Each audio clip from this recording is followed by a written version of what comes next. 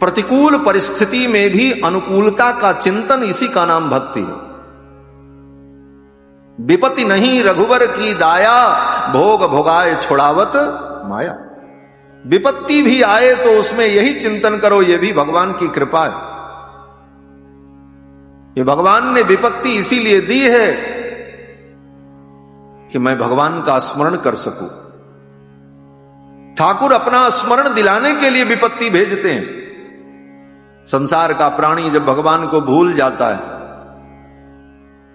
तो भगवान अपनी याद दिलाने के लिए विपत्ति भेज देते। ये विपत्तियां बड़ी अच्छी हैं, भगवान का स्मरण कराती है। ये देवता स्वर्ग में बैठकर स्वर्ग के सुख का भोग करते हुए, गंधर्वों के गान को सुनते हुए, तिलोत्तमा, रंभा, उर्वशी जैसी अप्सराओं के नृत्य को देखकर इतने मगन हो गए कि भगवान को भूल गए। ये देवता जब भगवान को भूल गए तब भगवान ने कहा अब इनके ऊपर विपत्ति भेजनी पड़ेगी, तब इनको हमारी याद आएगी। तो भगवान ने दो विपत्ति पैदा कर दी, एक रावण एक कुंभकर्ण। ये दो विपत्तियां पैदा हुई और ये दोनों ने पहुंच करके जब स्वर्ग में आतंक मचाया, तब देवताओं को भगवान की याद आई और सब देवता हाथ जोड़ करके कहने लगे, जय जय सुरनायक जन सुखदायक प्रणत पाल भगवंता, गोध्वज हितकारी जय असुरारी सिंधु सुता प्रियकंता। आगे श्री सुखदेव भगवान राजा परीक्षित को कथा सुनाते हुए कहते हैं कि मनु जी महाराज की बेटियों का वंश तो ये था। मनु जी के पुत्र उत्तानपाद बड़े धर्मात्मा, इनकी दो पत्नियां थीं, एक का नाम सुनीति और एक का नाम सुरुचि। बड़ी पत्नी जो थी उनका नाम सुनीति और छोटी पत्नी का नाम सुरुचि। बड़ी पत्नी से जो पुत्र हुए उनका नाम ध्रुव, जो भगवान के परम भक्त हुए, और छोटी पत्नी जो सुरुचि उनके पुत्र उत्तम। ध्रुव ने 36,000 वर्ष तक राज्य किया और उत्तम बोले उत्तम जवानी में ही मृत्यु को प्राप्त हो गई। यक्षों ने उन्हें मार डाला। और ध्रुव जी बोले ध्रुव जी भगवान के परम भक्त हो। 5 वर्ष की अवस्था में 5 महीने की कठिन तपस्या से ध्रुव जी ने भगवान का साक्षात्कार किया। 5 वर्ष के बालक ध्रुव ने 5 महीने में ही भगवान का दर्शन प्राप्त कर लिया। कैसे? तो मैत्रेय जी कहते हैं, विदुर, एक दिन महाराज उत्तानपाद अपनी सभा में बैठे थे और अपनी छोटी पत्नी सुरुचि के पुत्र को गोद में लेकर उसका दुलार कर रहे थे, लाड कर रहे थे। बगल में छोटी पत्नी सुरुचि बैठी थी। तब तक कहीं से घूमते घूमते 5 वर्ष के बालक ध्रुव जी आ गए, जो बड़ी पत्नी महारानी सुनीति के पुत्र थे। ध्रुव जी आए तो ध्रुव जी भी पिता की गोद में जाकर के बैठ गए कि पिताजी मेरा भी दुलार करें। लेकिन बगल में बैठी हुई सौतेली मां को अच्छा नहीं लगा। सौतेली मां ने ध्रुव के हाथ को पकड़ा और घसीट करके गोद से नीचे उतारा और डांट लगाई। सौतेली मां सुरुचि ने कहा कि न वत्स निपतेर धृष्ण्यम भवानारूढ़ुमर्हति। हे पुत्र, तुम इनकी गोद में नहीं बैठ सकते। ध्रुव जी ने कहा, क्यों? ये मेरे पिता हैं, मैं इनकी गोद में नहीं बैठ सकता, मेरा अधिकार है बैठने का। तो सौतेली मां ने उत्तर क्या दिया कि न गृहीतो मया यत्त्वं कुक्ष्वावपि नृपात्मज। हे नृपात्मज,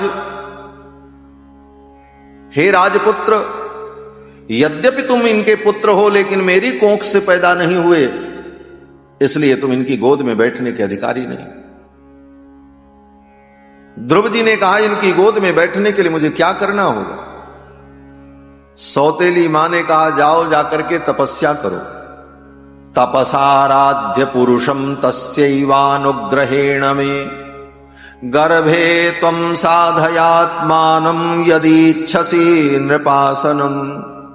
जाओ, जाकर के तपस्या करो। तपसाराध्य पुरुषम, परम पुरुष भगवान को प्रसन्न करो।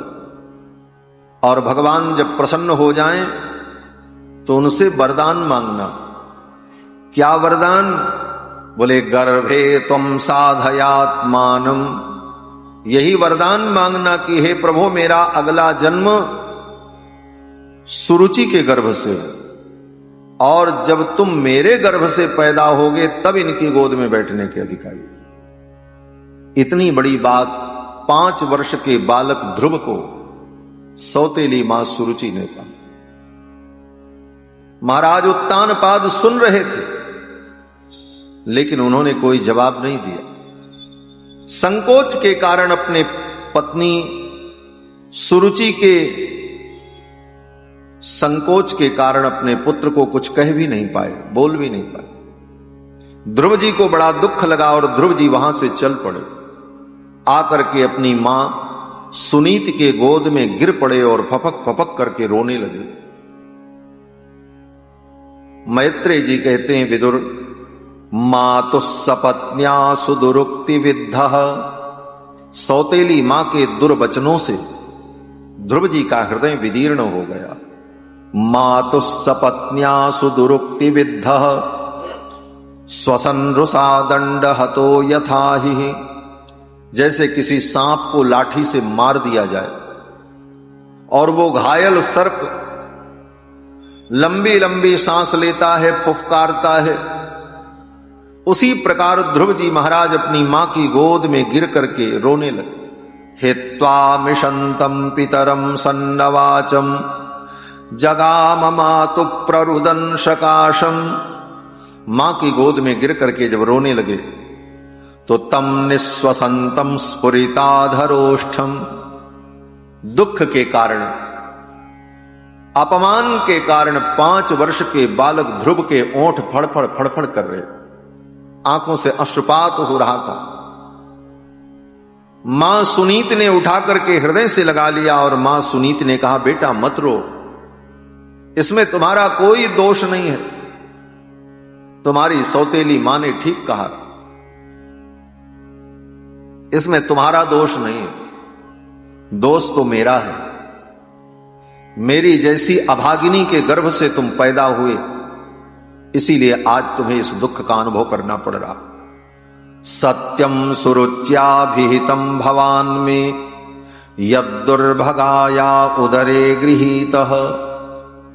मुझ दुर्भाग्यशालिनी के उदर से तुम्हारा जन्म हुआ, इसीलिए आज तुम्हें यह दुख हो रहा। तुम्हारी सौतेली मां सुरुचि ने ठीक कहा है, सत्यम सुरुच्याभिहितम भवान में। लेकिन बेटा, भगवान की भक्ति से, भगवान की कृपा से सब कुछ प्राप्त हो जाता। तुम्हारी सौतेली मां ने ठीक कहा है, तुम भगवान की भक्ति करो। नान्यम ततः पद्म पलाशलोचनाद, पद्म पलाशलोचनाद नान्यः। कमल नयन राजीव लोचन पुंडरीकाक्ष भगवान के अतिरिक्त तुम्हारे दुख को दूर करने वाला कोई नहीं। दुःखच्छिदं ते मृगयामि कंचन। भगवान के अतिरिक्त दुख को कोई दूर नहीं कर सकता। इसलिए तुम भगवान की भक्ति करो, अपने मन को समाहित करके भगवान हरि का भजन करो। मनस्यवस्थाप्य भजस्व पूरुषम। मां सुनीत ने अपने पुत्र को भगवान की भक्ति की प्रेरणा दी। ध्रुव जी चल पड़े। 5 वर्ष के ध्रुव जी ने कहा, मैया अब मैं जा रहा हूं तपस्या करने, और तपस्या करके भगवान को प्रसन्न करके उनका दर्शन प्राप्त करके उनसे वरदान प्राप्त करूंगा और पिता के उत्तराधिकार को मैं प्राप्त करूं, पिता के सिंहासन को मैं प्राप्त करूं। ये प्रतिज्ञा करके ध्रुव जी महाराज चल पड़े। जब ध्रुव जी चले तो रास्ते में नारद जी मिल गए। नारद जी को भगवान ने ही कृपा करके भेज दिया, जाओ जाकर के मेरे भक्त का मार्गदर्शन करो। नारद जी आए और नारद जी ने पूछा, बेटा कहां जा रहे हो? ध्रुव जी ने कहा, तपस्या करने जा रहे हैं। नारद जी ने कहा, तपस्या कैसे होती है मालूम है? ध्रुव जी ने कहा, सो तो नहीं मालूम है। बोले तो क्या करोगे? ध्रुव जी ने कहा, तो आप ही बता दो, आप तपस्वी हो, तपस्या कैसे की जाती? तो नारद जी ने कहा, जो बताता है वो गुरु होता है। ध्रुव जी ने कहा, अब मैं गुरु ढूंढने कहां जाऊं, आप ही मेरे गुरु जी बन जाओ और मुझे तपस्या का मार्ग बताओ, तपस्या कैसे करनी। बालक की सहजता को देखकर, निश्चल हृदय को देखकर देवर्षि नारद प्रसन्न हो गए और देवर्षि नारद ने ध्रुव जी को मंत्र दीक्षा दे दी। ध्रुव जी को गुरु ढूंढने के लिए कहीं जाने की जरूरत नहीं पड़ी, भगवान ने ही कृपा करके नारद जी को भेज दी। जब कोई व्यक्ति भगवान की प्राप्ति के लिए भक्ति के मार्ग पर निकलता है तो उसे गुरु की आवश्यकता होती है, और जब गुरु की आवश्यकता होती है तो गुरु को ढूंढना नहीं पड़ता, भगवान ही कृपा करके किसी आचार्य को, किसी महापुरुष को भेज देते। भगवान ने कृपा करके देवर्षि नारद को भेजा। नारद जी ने ध्रुव जी को मंत्र दीक्षा दे दी, 12 अक्षर मंत्र, ओम नमो भगवते वासुदेवाय, इसी मंत्र का उपदेश कर दिया और मंत्र दीक्षा देकर के विधि बता दी। बोले जाओ जमुना के तट पर जाकर के मधुबन में जमुना में स्नान कर लेना, जमुना की बालू से भगवान की मूर्ति की कल्पना कर लेना और जंगल में जो कंदमूल फल इत्यादि मिले, पुष्प इत्यादि, तुलसी दल, उन्हीं उपचारों से पूजा कर लेना और फिर इस मंत्र का जप करना, और जो कुछ खाना भगवान को भोग लगा करके पाना। इतनी विधि नारद जी ने बता दी और ध्रुव जी महाराज आए। कहां? बोले मधुबन में। ये मधुबन कहां है? बोले वृंदावन में। वृंदावन में जमुना के तट पर एक स्थान है जिसका नाम मधुबन। मधुबन ही वृंदावन है, वृंदावन ही मधुबन। वो स्थान आज भी है जहां ध्रुव जी ने तप किया, भगवान की उपासना। मधुबन में आए और ध्रुव जी महाराज ने जमुना में स्नान किया और बालू से भगवान की मूर्ति बनाई और जो कुछ कंदमूल फल इत्यादि मिला उसी से पूजन किया, और पूजन करके कंदमूल फल ग्रहण करके मंत्र का जप करने लगे। और इधर जब ध्रुव जी तपस्या करने चले गए तो इनके पिता महाराज उत्तानपाद को बड़ा दुख हुआ। 5 वर्ष का मेरा बच्चा तपस्या करने चला गया और मैं स्त्रैण स्त्री का परवश बनकर बैठा रहा और मैं कुछ बोल नहीं सका। महाराज उत्तानपाद को बड़ा पश्चाताप होने लगा। सुतो में बालको ब्रह्मन् स्त्रैणेना करुणात्मना निर्वासित 5 वर्ष सह मात्रा महान कवि। बड़ा दुख हो रहा था, तब तक नारद जी पहुंच गए। नारद जी को देख करके महाराज उत्तानपाद ने कहा, देवर्षि मैं कितना पापी हूं, मैंने अपने पुत्र को 5 वर्ष के बालक को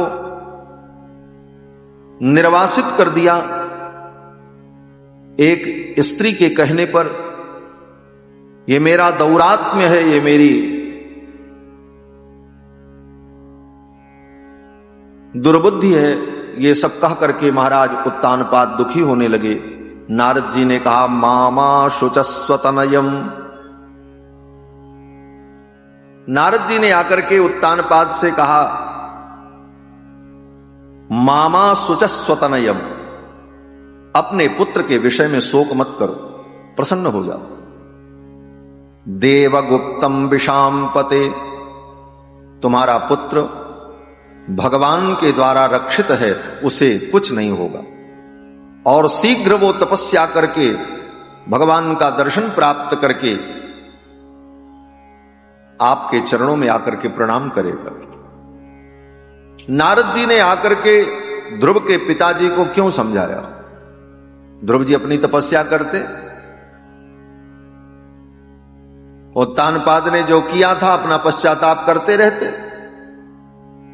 लेकिन नहीं, कोई व्यक्ति तप करे और भगवान की भक्ति में लगे, लेकिन उसके परिवार के लोग और उसके परिजनों को क्लेश हो, पश्चाताप हो, दुख हो, वेदना हो, तो उसका मन भगवान की उपासना में नहीं लग पाएगा। भगवान की उपासना में मन लगाने का वो प्रयास करेगा, लेकिन उसका मन लगेगा नहीं।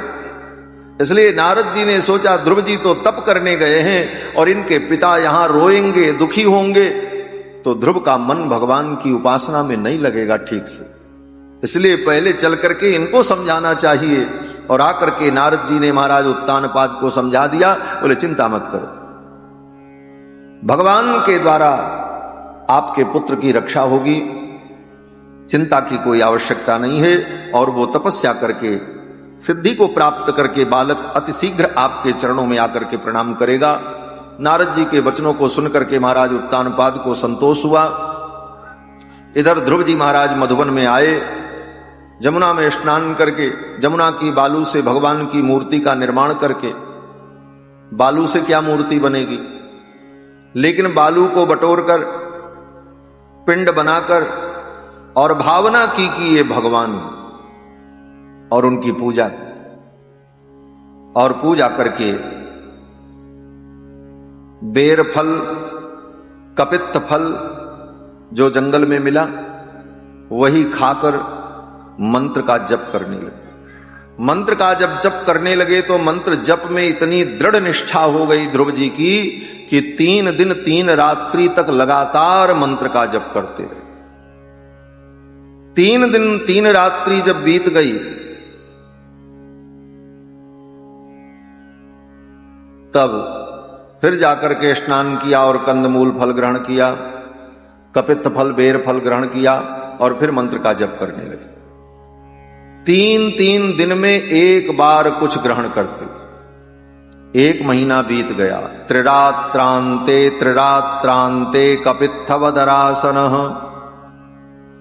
3 दिन 3 रात्रि बीत जाती तो कपित्थ फल, बेर फल खा करके काम चला ले। 1 महीना तो ऐसे बीता। जब दूसरा महीना प्रारंभ हुआ तो द्वितीयम च तथा मासम षष्ठेर्भको दिने। दूसरे महीने में 6 दिन तक लगातार मंत्र का जप करते रहे। 6 दिन बीत गया, तब कुछ ग्रहण किया और फिर ग्रहण करने के बाद फिर मंत्र जप करने लगे। इस प्रकार 2 महीना बीत गया। तीसरा महीना जब आया तो तृतीयम चानयन मासम नवमे हनि। तीसरे महीने में 9 दिन तक लगातार मंत्र का जप करते रहे। तीसरा महीना बीत गया। तीसरे महीने में तो केवल 3 बार कुछ खाया बस। क्यों? बोले 9 दिन में 1 दिन खाना था और 9 तिया 27, महीना पूरा हो गया, 3 ही दिन तो बचा। जब चौथा महीना आया तो चतुर्थमपि वै मासम द्वादशे हनि। चौथे महीने में 12 दिन तक, चौथे महीने में तो 2 ही बार भोजन किया, जो कुछ फल फूल खाया। ऐसी कठिन तपस्या 5 वर्ष के बालक ध्रुव ने। और जब 5वां महीना लगा तो पंचमे मास्यनुप्राप्ते जेतस्वासो नृपात्मजः। 5वें महीने में ध्रुव जी ने अपनी श्वास को भी जीत लिया। अब भोजन और पानी की कौन कहे, अब श्वास लेने की भी जरूरत नहीं। ध्यायन् ब्रह्म पदैकेन तस्थौ स्थाणुरिवाचलः। 5वें महीने में अपनी श्वास को भी ध्रुव जी ने जीत लिया और तपस्या करने में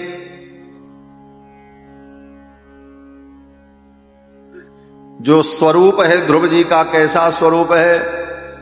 बोले पालथी मार करके, गद्दी लगा करके तपस्या नहीं कर रहे हैं। ध्यायन ब्रह्म पदैकेन, एक पैर पर खड़े होकर, एक पैर पर खड़े हैं, दूसरे पैर को उठाकर घुटने पर टिका दिया। ध्यायन ब्रह्म पदैकेन तस्थौ स्थाणुरिवाचलः, और हिलते डुलते भी नहीं, स्थाणु के समान। ध्यायन ब्रह्म पदैकेन, और भगवान का ध्यान करते हुए अपने मन की समस्त वृत्तियों को भगवान गोविंद के चरणों में लगा दिया। सर्वतो मन आकृष्य, सब तरफ से अपने मन को खींचकर हृदय भूतेन्द्रियाशयम ध्यायन भगवतो रूपम, भगवान के रूप का ध्यान करने लगे। अखंड समाधि लग गई ध्रुव जी को, और इसका परिणाम ये हुआ कि तीनों लोक में देवता लोगों की सांस बंद हो गई। देवताओं की श्वास बंद हो गई, देवता व्याकुल हो गए, भगवान के पास पहुंचे, हमारे तो प्राण निकल जाएंगे। भगवान ने कहा चिंता मत करो, मेरा भक्त तप कर रहा है, इसीलिए ऐसा हुआ है। मैं अतिशीघ्र जाऊंगा और जाकर के अपने भक्त को दर्शन दूंगा। देवताओं को आश्वस्त करके भगवान मधुबन में आए, जहां ध्रुव जी तप कर रहे थे। सहस्र शीर्षापि ततो गरुत्मता मधोर्वनम भृत्य दिदृक्षयागतः। मधुबन में भगवान आए, जहां पर ध्रुव जी तप कर रहे थे।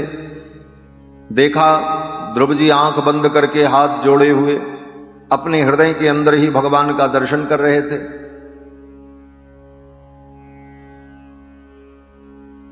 श्री मैत्रेय जी कहते हैं, विदुर, भगवान अपने भक्त ध्रुव को दर्शन देने नहीं आए। बोले तब? बोले अपने भक्त ध्रुव का दर्शन करने आए हैं भगवान। सहस्र शीर्षापि ततो गरुत्मता मधोर वनम भृत्य दिदृक्षयागतः। अपने भक्त की दिदृक्षा से आए। दिदृक्षा माने देखने की इच्छा, देखूं तो मेरा भक्त कितना अद्भुत है। आए,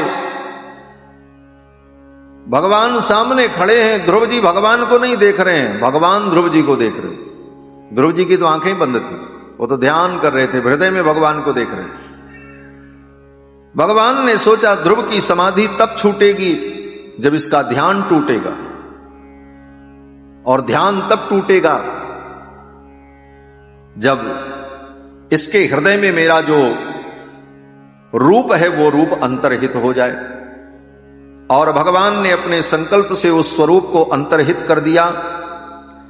तिरोहितम सहसैवोपलक्ष्य, अचानक ध्रुव जी के हृदय में जो स्वरूप था वो अंतर्हित हो गया। जिस रूप का ध्रुव जी ध्यान कर रहे थे वो रूप गायब हो गया, ध्यान टूट गया, और ध्रुव जी व्याकुल हो गए। और व्याकुल होकर के ध्रुव जी ने ज्यों ही आंखें खोली तो ध्रुव जी क्या देखते हैं? बोले जो रूप उनके हृदय में था वही स्वरूप सामने प्रकट था। शंख चक्र गदा पद्म धारण किए, पीतांबर वनमाला विभूषित भगवान सामने खड़े थे। ध्रुव जी ने जब देखा भगवान को, बहिस्थितम तदवस्थम ददर्श, जो स्वरूप हृदय में था वही रूप बाहर देखकर ध्रुव जी महाराज गदगद हो गए, भगवान के चरणों में प्रणाम किया। और ध्रुव जी सोचने लगे मैं भगवान की स्तुति करूं। लेकिन ध्रुव जी स्तुति कैसे करते? 5 वर्ष के बालक, कोई स्तुति इनको याद नहीं, और गुरुजी ने कोई स्तुति बताई भी नहीं। गुरुजी ने तो केवल मंत्र बता दिया था बस। और इतना पढ़े भी नहीं है कि तुरंत स्तुति बना लें, कवित्व तो शक्ति भी नहीं, अरे अक्षर का भी ज्ञान नहीं, क्योंकि अभी तो गुरुकुल भी नहीं गए थे पढ़ने के लिए, 5 वर्ष के थे। लेकिन मन में भाव आया कि मैं भगवान की स्तुति करूं, तो भगवान ने कृपा कर दी। भगवान की स्तुति करने का सामर्थ्य भी भगवान की ही कृपा से प्राप्त हो। बड़े बड़े विद्वान दुनिया में हैं, बड़े बड़े कवि हैं, पर्वत पहाड़ सरिता नदी शहर नगर इन सब पर वो कविताओं की रचना कर सकते हैं, लेकिन भगवान का गुणानुवाद करने के लिए उनके मुंह से कविता की रचना नहीं हो पाती। क्यों बोले, जब तक भगवान की कृपा नहीं होगी तब तक भगवान का गुण कोई गा नहीं सके। शब्दों का ज्ञान हो जाए, वाक्य ज्ञान हो जाए, वो अलग बात है। बड़े बड़े काव्य लिख डालो, लेकिन भगवान का गुणानुवाद करने की क्षमता तभी प्राप्त होगी जब भगवान की कृपा हो। और भगवान की कृपा हो जाए तो चाहे एक अक्षर ना आता हो। कबीरदास जी क्या कहते हैं, मसी कागज छुयो नहीं और कलम गही नहीं हाथ। मसी कागज छुयो नहीं, कलम गही नहीं हाथ। स्याही कागज कलम कभी छुआ ही नहीं कबीरदास जी ने। और आज बोले, आज कबीर के दोहे पर, उनकी वाणी पर लोग पीएचडी करके डॉक्टरेट की उपाधि प्राप्त करते। क्या है, इस विश्वविद्यालय में कबीरदास जी ने पढ़ा। भगवान की कृपा, भगवान की कृपा हो तभी जीव भगवान का गुणानुवाद कर सकता है, अन्यथा नहीं। भगवान ने देखा ध्रुव मेरी स्तुति करना चाहे, तो भगवान ने कृपा की। क्या कृपा की, बोले कृतांजलिम ब्रह्ममयेन कंबुना पस्पर्श बालम कृपया कपोले। भगवान ने अपने ज्ञानमय शंख को, भगवान की भुजा में जो शंख है वो ज्ञान का स्वरूप है।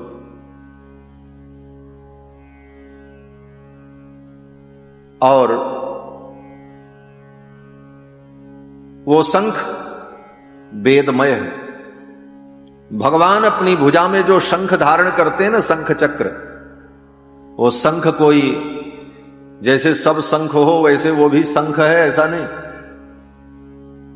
चारों वेद ही शंख के रूप में भगवान की भुजा में विद्यमान रहे। ब्रह्ममय, अपने उस ब्रह्ममय शंख को भगवान ने ध्रुव के गाल पर सटा दिया। सामने ध्रुव जी खड़े थे, 5 वर्ष के बालक। भगवान ने मुस्कुराते हुए अपने शंख को ऐसे धीरे से गाल पर सटाया। कृतांजलिम ब्रह्ममयेन कंबुना पस्पर्श बालम कृपया कपोले। ध्रुव के कपोल पर भगवान ने अपने शंख का ज्यों ही स्पर्श कराया। शंख का किधर से स्पर्श कराया, बोले शंख का जो नुकीला हिस्सा होता है उधर से नहीं, जिस हिस्से को मुख पे रख करके शंख बजाया जाता है उस हिस्से को ठाकुर जी ने ध्रुव के गाल पर सटा दिया। और ज्यों ही भगवान ने अपने शंख का स्पर्श कराया, चारों वेद 6 शास्त्र समस्त विद्याएं उसी क्षण ध्रुव के अंदर प्रकट हो। पढ़ना नहीं पड़ा। कृतांजलिम ब्रह्ममयेन कंबुना पस्पर्श बालम कृपया कपोले सवै तदैव प्रतिपादितां गिरम दैवीं परिज्ञात परात्म निर्णय। उसी समय ध्रुव जी को परतत्व का बोध हो गए, समस्त ज्ञान प्राप्त हो गया। और फिर ध्रुव जी ने भगवान की बड़ी सुंदर स्तुति की। ध्रुव जी स्तुति करते हुए कहते हैं कि योऽन्तः प्रविश्य मम वाचमिमां प्रसुप्तां संजीवयत्यखिल शक्तिधर स्वधाम्ना अन्यास्त हस्तचरण श्रवणत्वगादीन् प्राणान् नमो भगवते पुरुषाय तुभ्यम्। जिन भगवान ने मेरे अंतःकरण में प्रविष्ट होकर मेरी प्रसुप्त वाणी को जागृत कर दिया, मेरे अंग प्रत्यंग को जिन्होंने पूर्ण स्वस्थ और दिव्य बना दिया, ऐसे प्रभु के चरणों में मैं प्रणाम करता हूं। बड़ी सुंदर स्तुति की ध्रुव जी ने। भगवान प्रसन्न हो गए। भगवान ने कहा, ध्रुव जाओ, पिता का उत्तराधिकार तुम्हें प्राप्त होगा, 36,000 वर्ष राज्य करना। इसके बाद सशरीर तुम्हें मेरे धाम की प्राप्ति होगी, और इस राज्य काल में ही तुम्हारे भाई उत्तम की मृत्यु होगी, तुम्हारे मां की भी मृत्यु होगी। ये सब दुख तुम्हें होगा, लेकिन ये सब विधि का विधान है, इसे तुम सहन करना। और फिर 36,000 वर्ष राज्य करने के बाद मेरे धाम को प्राप्त कर लेना। ये सब कह करके भगवान अंतर्धान हुए। भगवान जब अंतर्धान हो गए तो ध्रुव जी को बड़ा पश्चाताप हुआ। क्या पश्चाताप हुआ ध्रुव जी को? बोले, ध्रुव जी ने यही कहा कि मैं कितना अभागा हूं। अहो बत ममानात्म्यम मंद भाग्यस्य पश्यत। मुझ मंद भाग्य को देखो, मैं कितना अभागा हूं कि मैंने तपस्या करके भगवान को प्रसन्न तो कर लिया। उन भगवान को मैंने प्रसन्न कर लिया जिनको प्रसन्न करना इतना सरल नहीं, लेकिन मैंने उनसे क्या मांगा? संसार। भवच्छिदः पादमूलम गत्वा याचे यदंतवत्। भवच्छिदः पादमूलम गत्वा। भगवान कौन है? बोले, भवच्छिद। भवच्छिद का मतलब जो भव बंधन को मिटाते हैं। ऐसे भव बंधन मिटाने वाले के चरणों में पहुंच करके मैंने संसार का बंधन मांगा। ये मेरा अज्ञान। ये 36,000 वर्ष का राज्य क्या है? बंधन ही तो। ध्रुव जी को बड़ा पश्चाताप हुआ इसके बाद। ध्रुव जी कहते हैं, मुझसे बहुत बड़ी भूल हो गई। मैं तो भगवान से ये मांग लेता कि हे प्रभु, मुझे भी अपने साथ वैकुंठ ले चल, ये संसार का बंधन छूट जाता, लेकिन मैं तो अभागा था। भवच्छिदः पादमूलम गत्वा याचे यदंतवत्। और ऐसे भवच्छिद के चरणों में पहुंचकर मैंने भवबंधन मांग लिया। ये मेरा दुर्भाग्य था। एक बार नहीं, 2 बार। फिर प्रहलाद जी कहते हैं, प्रसाद जगदात्मानम। मैंने जगत की आत्मा प्रभु को प्रसन्न कर लिया। प्रसाद जगदात्मानम तपसा दुष्प्रसादनम। जिनको प्रसन्न कर पाना बड़ा कठिन है। भवच्छिदमयाचेहम भवम भाग्य विवर्जिता। मैं भाग्य विवर्जित था, मैं अभागा था। ऐसे भगवान के चरणों में जाकर के भी मैंने संसार मांगा, 36,000 वर्ष का राज्य मांगा, जो एक दिन नष्ट होगा, छूटेगा। यही कथा का सार है, यही भागवत है। भगवान की भक्ति करके भगवान से कुछ मत मांगो। ध्रुव जी ने मांगा तो ध्रुव जी को पश्चाताप हुआ। और हम क्या करते? बोले, 2 पैसे का फूल और फोकट का पानी मंदिर में भगवान को चढ़ाते हैं, और उसके बदले में भगवान से क्या मांगते हैं? बोले, महाराज हमारा ये काम कर दो, हमारा ये काम कर दो, हमारा व्यापार चले, हमारा घर बढ़े, धन बढ़े, तो ये हो जाए, वो हो जाए। कितनी मांगे हैं बंधुओं। ये भक्ति नहीं है, ये व्यवसाय है। कुछ भी भगवान से मांगोगे तो भगवान से जो मांगोगे वो तुम्हारा अभीष्ट होगा। इष्ट बनाया भगवान को और अभीष्ट बनाया संसार को। साधन इतना उत्तम और साध्य इतना निम्न कोटि का। सोना देकर के मट्टी लेना, भगवान की भक्ति करके संसार की नश्वर वस्तुओं को चाहना, ये तो घोर अज्ञान है। लेकिन जीव जब तक सत्संग में ना आए, इन कथाओं को न सुने, तब तक उसे तत्वबोध नहीं होता। ध्रुव जी को पश्चाताप। और ध्रुव जी ने अब मांग तो लिया। मांगने के कारण अब 36,000 वर्ष उन्हें संसार में रहना। भगवान तो अंतर्धान हो गए। ध्रुव जी आए, पिता ने इनका स्वागत किया, नगर के लोगों ने स्वागत किया। फिर पिता ने इनको अपने गद्दी पर बैठा करके राज्य सौंप दिया। ध्रुव जी महाराज राजा बने। 36,000 वर्ष ध्रुव जी ने राज्य किया है। उसी राज्य काल में इनके भाई उत्तम की यक्षों ने हत्या कर दी, वध कर दिया। यक्षों से युद्ध करने गए ध्रुव जी महाराज, और युद्ध में अनेक यक्षों को ध्रुव जी ने मार डाला। अंत में कुबेर आए। यक्षों के जो स्वामी हैं कुबेर, धनद, कुबेर आए और कुबेर ने आकर के ध्रुव जी से कहा, राजन ये युद्ध बंद कर दो। इन यक्षों को मारने से अब कुछ मिलने वाला नहीं है। तुम्हारे भाई की जो मृत्यु हो गई वो हो गई। तुम भगवान के भक्त हो, भक्त को उदार हृदय होना चाहिए, रागत द्वेष से मुक्त होना चाहिए। कुबेर के कहने पर ध्रुव जी ने वो युद्ध बंद कर दिया। कुबेर बड़े प्रसन्न हुए। कुबेर ने कहा, वरदान मांगो।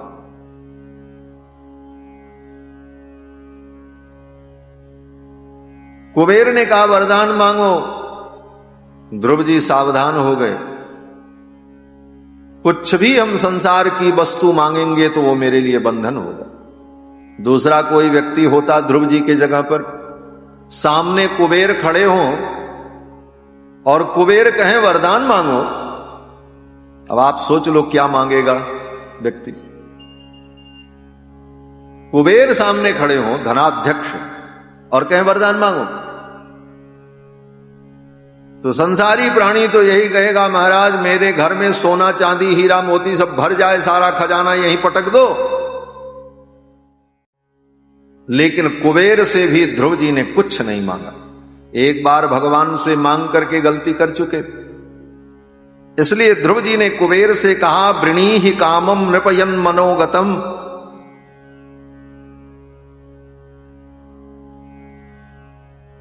ध्रुव जी ने कहा कि हे भगवान, आप यही वरदान दे दो कि हरौ सबब्रे चलिताम स्मृतिम यया, मेरी मति भगवान के चरणों में सदा लगी रहे और मुझे कुछ नहीं चाहिए।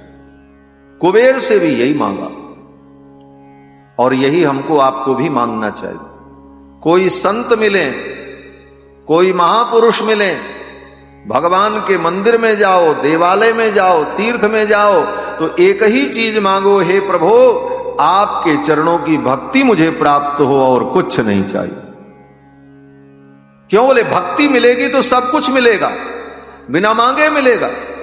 यस्यास्ति भक्तिर भगवत्य किंचना सर्वैहि गुणैहि तत्र समासते सुरा। जिसके जीवन में भगवान की भक्ति आ जाती है उसे सब कुछ प्राप्त होगा। भरत जी ने यही मांगा। तीर्थराज प्रयाग में जाकर के भैया भरत यही कहते हैं, अर्थ न धर्म न काम रुचि गति न चहु निरवान, जन्म जन्म रति राम पद यह वरदान न आन। मांगना है तो भगवान से भक्ति मांगो। ध्रुव जी के पावन चरित्र का वर्णन मैत्रेय जी ने विदुर जी को सुनाया। 36,000 वर्ष राज्य करने के बाद ध्रुव जी अपना राज्य अपने पुत्र को देकर उत्तराखंड चले गए और बद्री विशाल भगवान की सन्निधि में जाकर के उन्होंने ध्यान लगाया। उसी समय उनके लिए दिव्य विमान आया।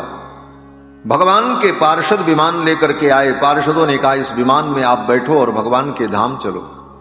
5 वर्ष की अवस्था में जिन भगवान का दर्शन आपने किया था, हम उन्हीं के सेवक हैं और उन्हीं के द्वारा भेजे गए हैं, आपको हम लेने के लिए आए।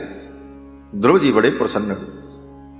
विमान की परिक्रमा की और विमान की परिक्रमा करने के बाद ध्रुव जी जब विमान में बैठने चले तो एक देवता सामने प्रकट हो गए।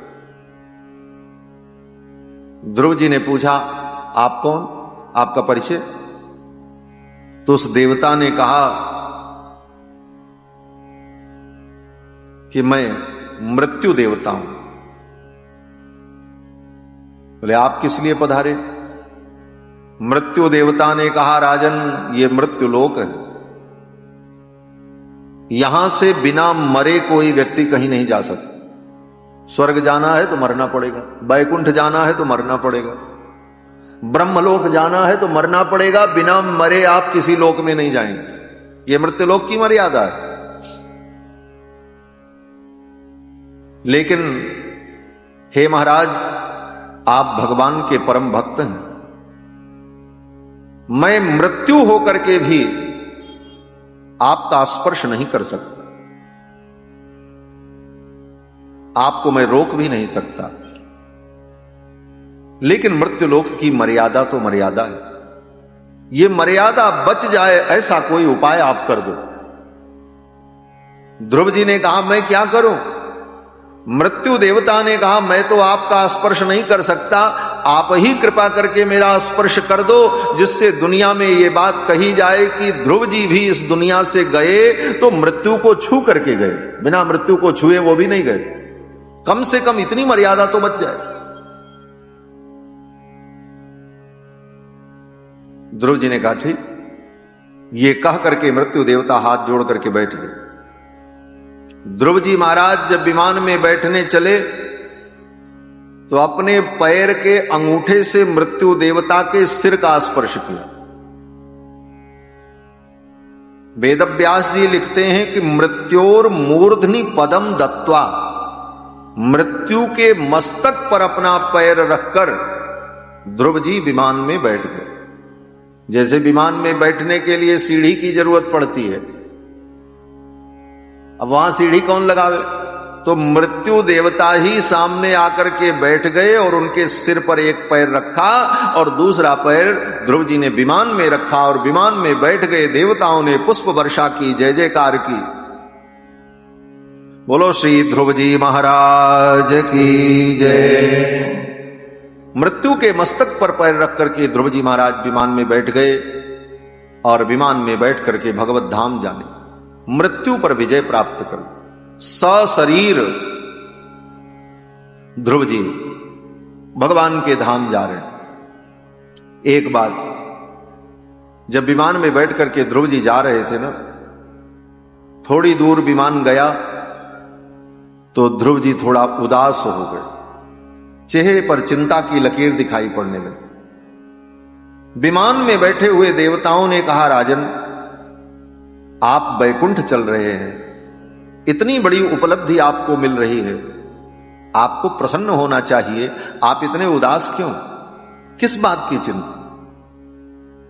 तो ध्रुव जी ने कहा, प्रसन्न तो मैं भी हूं, लेकिन मुझे आज थोड़ी चिंता हो रही है। बोले, किस बात की चिंता? ध्रुव जी ने कहा, ये वैकुंठ की प्राप्ति, भगवान का दर्शन, विमान में बैठकर भगवत धाम गमन, ये जो उपलब्धियां मुझे प्राप्त हुई, ये मेरी मां की कृपा का परिणाम। मेरी मां अगर मुझे प्रेरणा न देती तो आज मुझे ये लाभ कैसे प्राप्त होता? जिस मां की कृपा से सब कुछ मुझे आज प्राप्त हुआ, वो मेरी मां कहां होगी? मरने के बाद मेरी मां किस लोक में गई होंगी, मेरे मां की क्या गति हुई, ये सोच करके मैं चिंतित हो रहा। और ज्यों ही ध्रुव जी ने ऐसा कहा, विमान में बैठे हुए उन देवताओं ने कहा, राजन चिंता मत करो, वो देखो वो देखो। ध्रुव जी ने देखा, अरे, देवताओं ने कहा, वो देखो आगे आगे एक विमान चल रहा है, आपके विमान के आगे एक जो विमान चल रहा है, उस विमान में आपकी मां बैठी हुई है और वो भी वैकुंठ चल रही हैं। आपसे पहले उनको वैकुंठ की प्राप्ति है, जिन्होंने आप जैसे पुत्र को जन्म दिया। वो जननी धन्य हो गई जिसकी कोख से ऐसा महाभागवत उत्पन्न हुआ।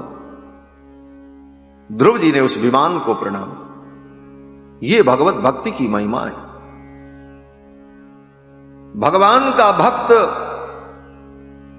वैकुंठ में जाकर अपने माता का, अपने पिता का, अपने भाई का, अपने मित्र का, किसी का भी वो स्मरण कर ले तो उस भगवत भक्त के स्मरण के कारण उसके माता पिता बंधु मित्र वो भी वैकुंठ के अधिकारी हो जाते, उन्हें भी वैकुंठ मिल जाता।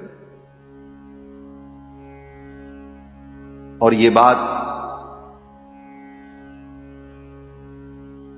केवल ऐसे ही मैं नहीं कह रहा हूं। छांदोग्य उपनिषद में वेद भगवान कहते हैं, क्या कहते हैं कि स यदि पितृलोक कामो भवति संकल्पादेवास्य पितरः समुपतिष्ठन्ति। भगवान का भक्त मुक्त होकर के जब भगवान के धाम को जाता है, वहां जाने पर अगर वो अपने पिता का स्मरण कर ले, एक पिता नहीं, उसके पिछले हजारों जन्म के जो पिता रहे हों, उन सब पिता का वो अगर स्मरण कर ले तो वो सब मुक्त होकर के वैकुंठ चले जाते। सा यदि पितृलोक कामो भवति संकल्पादेवास्य पितर समुपतिष्ठन्ति, उसके सारे पितर वहां वैकुंठ में उपस्थित हो जाते। स यदि मातृलोक कामो भवति संकल्पादेवास्य मातरः समुपतिष्ठन्ति, उसके संकल्प मात्र से उसकी माताएं भी वहां उपस्थित हो जाती। स यदि सखिलोक कामो भवति संकल्पादेवास्य सख्यः समुपतिष्ठन्ति। वेद भगवान कहते हैं उसके जितने सखा मित्र होते हैं सब वैकुंठ चले गए।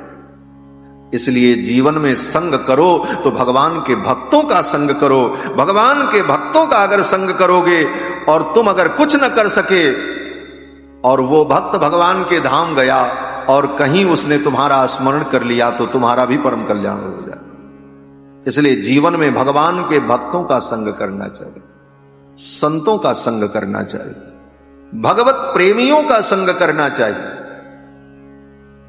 हमारे यहां तो आचार्यों ने यहां तक लिखा है कि भगवान के प्रेमी, भगवान के भक्त जिसको छू दें, जिसको देख लें, जिसको अपना मान लें, उसे भी भगवान की प्राप्ति हो जाती, वो भी भगवान को प्रिय हो जाता है। यम यम स्पृशति पाणिभ्याम यम यम पश्यति चक्षुषा अस्थावराणपि मुच्यन्ते किम पुनर्बांधव जना।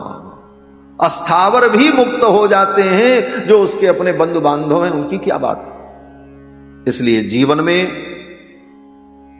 भगवान के भक्तों से प्रेम करना चाहिए, भगवान के भक्तों से जुड़ करके रहना चाहिए। दोस्ती भी करो तो भगवान के भक्तों से करो, प्रेम करो भगवान के भक्तों से करो।